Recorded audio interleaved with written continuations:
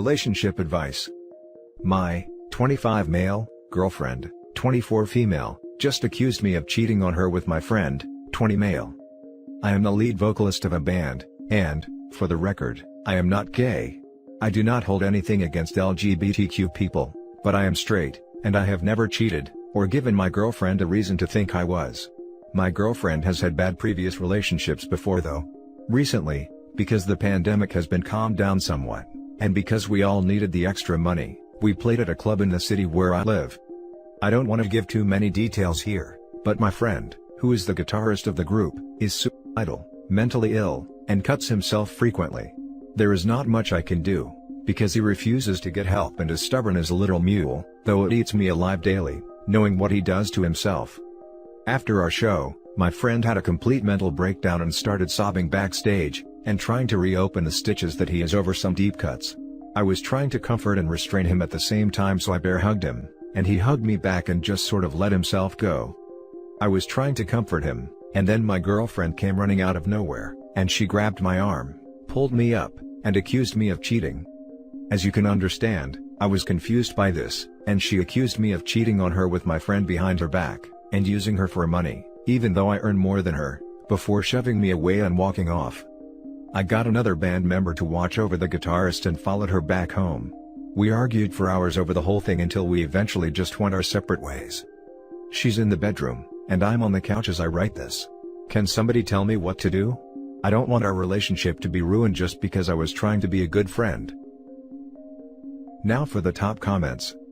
Hey 24 female, I know you think I cheated, but if I can't even comfort someone close to me with life-threatening issues without you blowing up, I can't see myself to continue this relationship. Would be a start. I agree with this statement so much. This person you're dating caused a scene while you were trying to comfort a friend. This friend could potentially have some trauma added on from this situation alone, and not want to express his feelings now. She needs to apologize to both you and him for how she acted. There's nothing that you need to do in this situation. You did nothing wrong.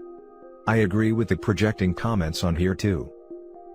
A lot of societies basically don't understand or recognize the male need for physical contact or bonding, regardless of who they're receiving it from. This includes simple hugs. OP's girlfriend is in the wrong, no doubt. But at the same time, this also raises other issues in society at large, where it's assumed that the only contact a man can have is sexual contact with a partner. Sounds like your girlfriend is very toxic. If you can't show compassion to a friend without her going ballistic, then get her out of your life ASAP. It doesn't matter if your bandmate is male or female, a hug is something everyone needs sometimes. I completely agree. It sounds like she is not only toxic, but insecure, jealous and almost paranoid. Unless she finds help to deal with her problems, there will always be similar cases in the future. You don't want to stop hugging your friends or having normal human relationships without fearing that she will freak out. Time to move on or help her find a therapist. Is it possible she is projecting back onto you? By projecting, I mean, is it possible she cheated, and is so insecure she thinks you will too? I've had experience with this, and they tend to stretch scenarios of a string bean scenario that is purely innocent involving care for another, and turn it into volcanoes of mass destruction. As you said, if one is straight, how can it actually be true? Whatever you do, sir, do not apologize for caring for your friend. Even in sarcasm. It's a very simple line, and she is crossing it extremely poorly. Projecting is the word you were looking to use. Also, 100% agree. Next story is titled, I, 20 male, look like my girlfriend's, 21 female, dead boyfriend. Hey guys, so I started dating my girlfriend a few weeks ago, after meeting her at the library. At the time, we instantly clicked well together, and started dating shortly after. I think this is important to mention, but we've been having a lot of and I didn't think too much of it because, 1, it was great, and 2, I really like her lol. Then something really weird had happened the last 2 times we had where she just started sobbing in the middle of it. This had me really shook, so I immediately stopped and started comforting her, and asked her what was wrong, and she just refused to tell me anything was wrong, when clearly something was. Anyways, flash forward a bit, and I'm chilling at work with nothing to do at work, and I guess I was in a nosy mood that day, because I just looked for her Insta, and when I found it, I started browsing through it, and I see this photo of her with this dude that looks almost exactly like me. The resemblance was like uncanny, and it had me shook for a little bit. Then I started reading the comments, and they're all variations of RIP or taken too soon, etc, etc. After that, everything made sense to me. I'm pretty sure she's still grieving, because while I don't know exactly the date of when we meet, I know that it's at least a couple of weeks after that photo was posted, so I'm pretty sure the dude passed away fairly recently. I really like her, but man, I don't think her being with me is good for her mental health at all, and I don't know what to do. Do you guys have like any recommendations on what I should do? 'Cause I'm really lost here. Now for the top advice. My suggestion would be to try gently talking to her. I lost my husband 3.5 years ago, and around the 10-month mark, I thought I was ready to be in another relationship and starting dating a guy that I had been friends with for years. It turns out I wasn't anywhere near ready to move on at all. The grief doesn't even really start to appear properly until the end of the first year, second year, but I was so terrified of being alone forever that I jumped the gun, and pushed myself when I still had so much to process. The crying during us, she's definitely still grieving him. The fact you guys look very similar, that could be inadvertent, maybe she just has a type, I know I do. That might also have a bit to do with upsetting her during us. The only way you will find out is to speak to her. The way you've written this post, it sounds like you're a caring person, so have that gentle conversation with her. Ask her if she's really ready to be with someone else again, and remind her there's no judgment. Good luck. Thank you so much for your kind words. I really hope things are going much better for you now, especially with how crazy this year has been. Also, thank you so much for the advice. Every comment is just some variation of break it off, and it has me going, okay, but how? 'Cause I really don't want to make things worse, and I don't think she's ready to be in a relationship so soon, but I'll definitely try to have a conversation with her and be as gentle and as open as possible, so things don't get worse. Again, thank you so much for the advice. She may not realize that she's not ready to be with someone else yet. When I was in that next relationship, I was sure I was ready and definitely in denial. But it took me a while to realize. She's lucky that she has you, because you seem like a really great guy. Maybe start by saying you're worried about her, and hopefully she'll be able to be open and honest with you. I am doing a lot better now, but only because I've spent a lot of time on my own. I haven't been in another relationship since, and put the hard work into working on my grief and being a mother to my 2 kids. And yes, this year has been bonkers. No doubt she's still grieving. But I don't think that necessarily means you have to break it off. Talk with her and let her tell you her actual thoughts, instead of making up what you think she's thinking. Yeah, you are one hell of a rebound. I cannot imagine how this will work out well for you. Man, I don't even care how things end up for me, I'm just worried for her mental health. Just want to say that you seem like a really nice person from what I've read. Thank you for being so empathetic and kind. Now for the final story. I'm 29 male, considering divorcing my wife, 32 female, over something that happened 8 years ago. I'm sad and confused and need help. I've been with my wife for 8 years, married for 5. We have a 2-year-old daughter, and overall, have a healthy relationship. However, there's something that's eating me up inside that I can't seem to move past. I met her while she was still with her boyfriend at the time. They had been together for 5 years and were going through a breakup. I may have been a rebound, but it worked out, so whatever.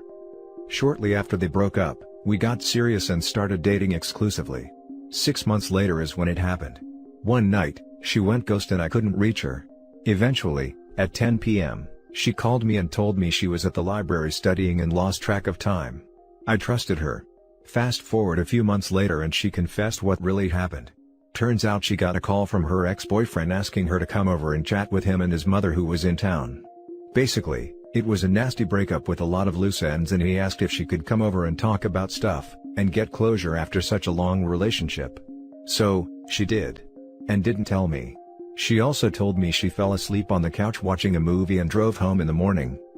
To this day, she swears up and down there was no contact, no or kissing of any kind, no cheating, etc., just a massive lie and breach of trust plus poor judgment, and massively regrets not being honest with me.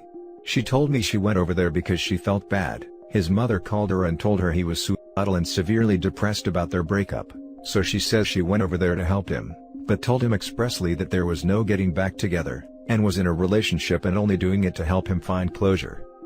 Basically, she lied to me about going over and sleeping over at her ex-boyfriend's house. I've pressed her on this for years, and she swears on her life she never cheated on me, only that she told me a huge lie that she will forever regret. However, my trust is broken. It keeps coming up in my head and I can't help but feel I'm being lied to, even though we've discussed this for years. I've spent all this time trying to move past it and forgive her. And I do, intermittently. But some days like today, I just fall apart over it. We're married, have a beautiful daughter, and it pains me to be in pain over this one-time situation that happened nearly a decade ago. At the end of the day, I decided to forgive her, get married, and start a family with her. So being in this situation is also my fault for not leaving her at the time. I think we could possibly work through it, but I'm also not sure how. She has broken down crying and pleading with me several times over the years to please believe her, that she has never once cheated on me. Just made a huge mistake by deceiving me that one time during the first year of our relationship. What can I do? We talk about it, but it never goes anywhere beyond her crying and me telling her it's hard to trust her. Now for the top advice. It's been 8 years, and you are married. You married her even after you first had your doubts. That is quite ludicrous to me. You've been torturing yourself, and probably her, over this for 8 years. I would advise therapy. I have no idea why you married her if you thought she cheated, and I have no idea why you chose to have a child if you thought she cheated. Agreed. Why keep interrogating her over this if you chose to move past it? I could see this eating you up if she kept lying to you about stuff and gave you reasons not to trust her in the present, but that doesn't sound like the case here. If you are considering divorce solely over this past event, the root of your anger is likely something else, and you are fixating on this one thing. Has she done anything else in the 8 years since? Because if not, you need to head to counseling. How do you even bring this up? Is it always in your head? You are hardcore focusing on this and bringing it up over and over again, and getting in fights about it. You don't believe her, which is why you keep bringing it up.